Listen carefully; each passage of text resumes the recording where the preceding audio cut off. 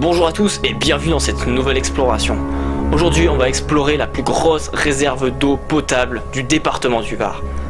Imaginez 7 millions de mètres cubes d'eau potable qui remplissent des mines depuis plus de 30 ans. Cette eau potable est aujourd'hui menacée par un projet de carrière qui va détruire son alimentation, qui va détruire sa possibilité de pompage et de récupération pour la population. Aujourd'hui je fais ce reportage en étant totalement engagé pour finalement la préservation de cet aquifère souterrain totalement unique et de très bonne qualité.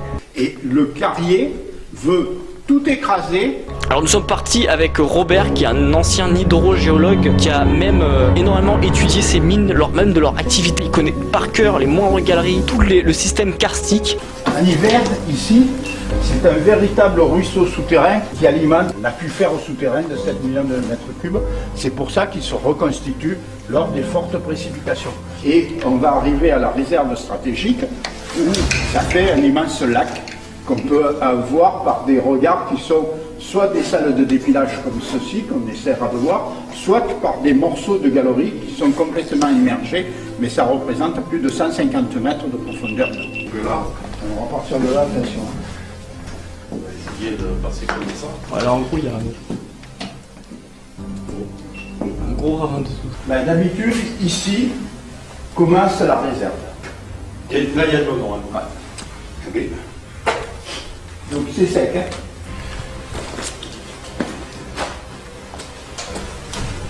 On va aller plus bas. On va voir plus bas. Attention, comme ça a été exoré, c'est-à-dire que l'eau est partie, méfiez-vous, ça glisse.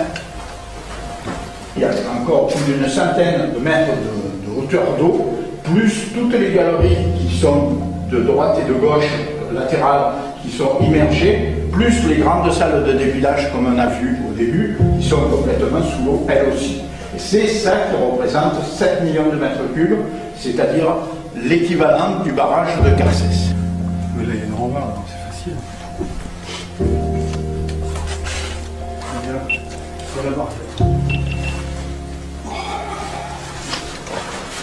Ça vous donne là une meilleure vision de la réserve stratégique, de la réserve aquifère qui est sous ma zone, qui représente les 7 millions de mètres cubes. Là, vous avez affaire à une galerie qui est très large et qui va se répartir sur différentes salles de dépilage et différents niveaux de galeries qui sont situés beaucoup plus bas. Le toit de cette réserve, c'est du santonien calcaire, du Crétacé supérieur. Ce que nous marchons à la place de la bauxite, c'est du Jurassique supérieur.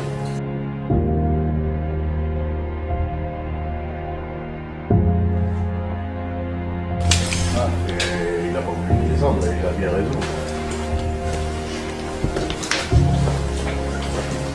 Il y a de l'eau là-bas? Dans une autre altitude. Tout ça, si on fait une carrière, tout ça, c'est perdu. Donc il n'y a plus de réserve qui existent.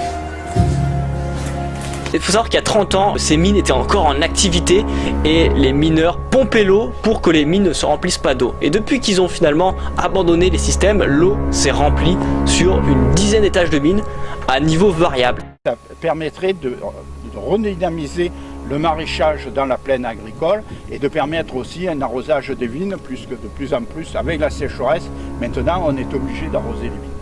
Simplement sur la province verte, ça permet un gain de 9 millions d'euros par an et sur l'ensemble de la province verte et des communes littorales, on dépasse 17 millions d'euros de gains par an. C'est beaucoup plus avantageux qu'une petite carrière qui va représenter quelques centaines de milliers d'euros par an. C'est pour ça qu'il faut absolument pomper cette réserve stratégique, cette réserve aquifère, pour redonner de l'eau aux caramines en saison estivale. Nous nous sommes rendus compte en explorant ces galeries de mines qu'il y avait encore tout sur place. Il y avait encore tous les systèmes de pompage, les systèmes pour diriger l'eau dans des directions et tout ça est encore en très bon état. Réutiliser ces mines de bauxite, c'est finalement leur redonner une seconde vie. On n'extrairait pas de la bauxite mais de l'eau potable et ça serait une façon finalement de se servir du passé pour le présent et pour le futur.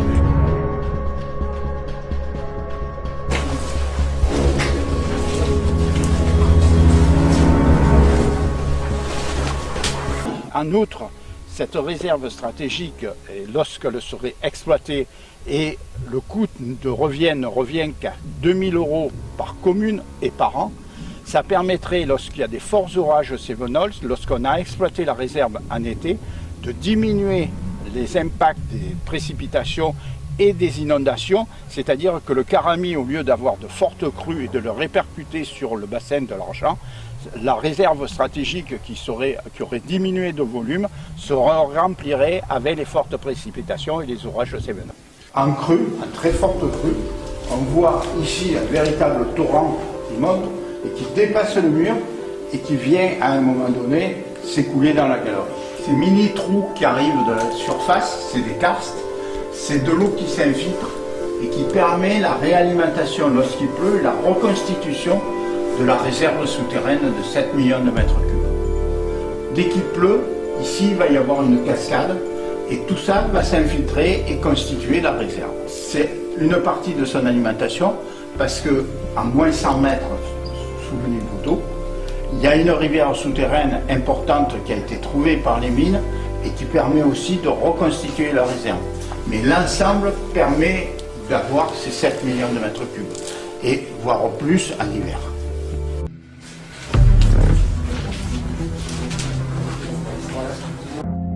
Et ça donne accès à un autre niveau de galerie et à un autre niveau de salle. L'autre niveau qui commence au-dessus. À gauche, là-haut. En haut, et qui repart au-dessus. Et il y a un autre niveau de salle. Il est sorti par où Il faut savoir que la société qui a décidé la création de cette carrière a complètement nié l'existence de ces mines. Elle a dit ces mines n'existent pas. Et les millions étaient laissés en place à l'arrêt de la mine, donc rien n'est effondré. Ces petites galeries, qui soi-disant sont effondrées, nous donnent accès à des grandes salles de dépilage, que vous pouvez voir de part et d'autre, et qui sont, elles aussi, encore existantes, contrairement à ce que dit le carrier.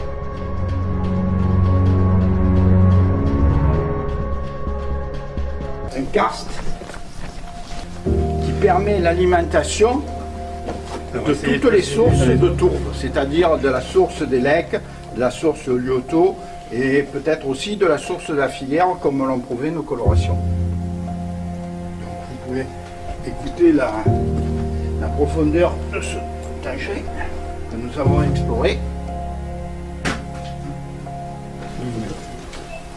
Voilà.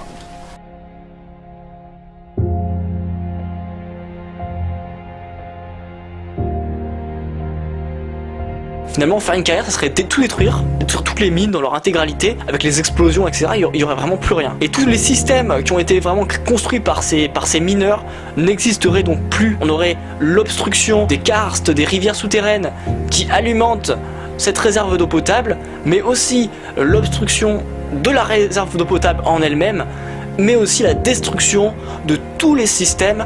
L'homme, en détruisant ses réserves naturelles, par exemple en détruisant la forêt, en détruisant l'eau, l'homme s'autodétruit. On doit réutiliser nos réserves avec modération. On ne doit pas tout détruire. Il faut garder des réserves. C'est pour ça qu'on fait des parcs naturels, c'est pour ça qu'on fait tout ça.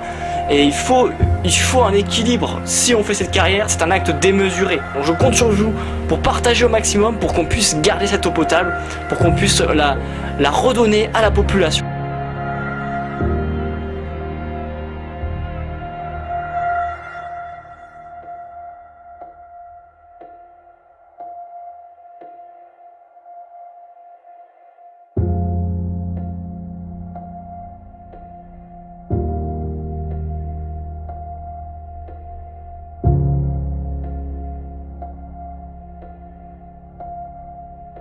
Voilà, donc je termine cette vidéo, j'espère qu'elle vous aura plu, que vous aurez aimé. N'hésitez pas à me dire ce que vous en avez pensé dans les commentaires, ça fait plaisir d'avoir vos retours. Et aussi n'hésitez pas à partager au maximum cette vidéo pour que le message aille très loin, c'est vraiment super important. Donc je vous dis à bientôt pour de prochaines explorations, pour de prochains reportages, pour de prochaines vidéos.